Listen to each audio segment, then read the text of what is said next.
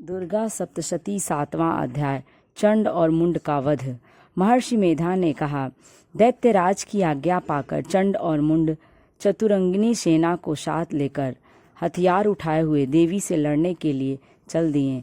हिमालय पर्वत पर पहुंचकर उन्होंने मुस्कुराती हुई देवी से, जो सिंह पर बैठी हुई थी, देखा। जब असुर उनको पकड़ने के लिए तलवारें लेकर उनकी ओर बढ़े, तब अंबिका को उन पर बड़ा क्रोध आया और मारे क्रोध के उनका मुख काला पड़ गया। उनकी भृकुटियां चढ़ गईं और उनके ललाट में से अत्यंत भयंकर तथा अत्यंत विस्तृत मुख वाली लाल आँखों वाली काली प्रकट हुई, जो कि अपने हाथों में तलवार और पास लिए हुए थी।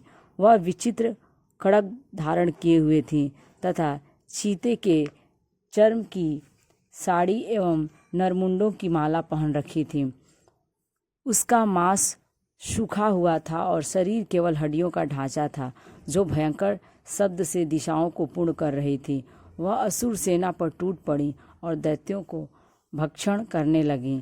वह पार्श्व रक्षकों, अंकुशधारी महावतों, हाथियों पर सवार योद्धाओं और घंटा सहित हाथियों को एक हाथ से पकड़ पकड़ कर अपने मुख में डाल रही थी, और इसी प्रकार वह घोड़ों, रथों, सारथियों व रथों में बैठे हुए सैनिकों को मुंह में डालकर भयानक रूप से चबा रही थी।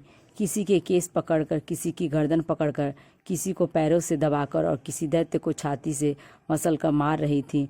वह दैत्य के छोड़े हुए बड़े बड़े अस्त्र शस्त्रों को मुंह में पकड़कर और क्रोध से भर उनको दांतों से पीस रही थी। उसने कई बड़े बड़े असुर भक्षण कर डाले, कितनों को रौंद डाला और कितनी उसकी मार के मारे भाग गए। कितनों को उसने तलवार से मार डाला, कितनों को अपने दांतों से समाप्त कर दिया। और इस प्रकार से देवी क्षण भर में संपूर्ण दैत्य सेना को नष्ट कर दिया। यह देख महापराक्रमी चंड काली देवी की ओर लपका और मुंड ने भी देवी पर अपने भयानक बाणों की वर्षा आरंभ कर दी। अपने हजारों चक्र उस पर छोड़े। उस समय वह चमकते हुए बाण व चक्र देवी के मुख में प्रविष्ट हुए। इस प्रकार दिख रहे थे जैसे मानो बहुत से सूर्य मेघों की घटा में प्रविष्ट हो रहे हों।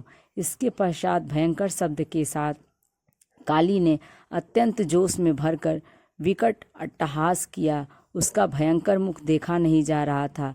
उसके मुख में श्वेत दांतों की पंक्ति चमक रही थी। फिर उसने तलवार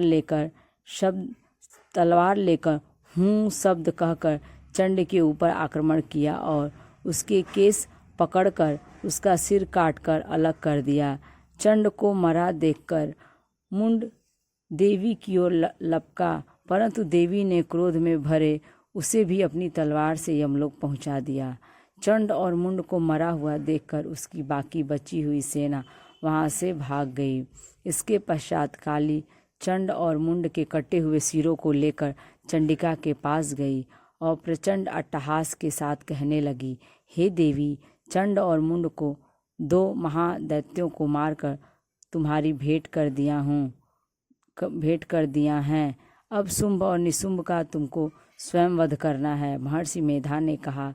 वहां लाए हुए चंड और मुंड के सिरों को देखकर कल्याणमयी चंडी ने काली से मधुर वाणी में कहा, हे देवी, तुम चूंकि चंड और मुंड को मेरे पास लेकर आई हो, अतः संसार में तुम्हें चामुंडा के नाम से तुम्हारी ख्याति होगी। इस तरह से 7वां अध्याय पूर्ण हुआ। यदि वीडियो अच्छी लगे तो लाइक करें और यदि मेरे चैनल पर नए हैं तो इसे सब्सक्राइब करें।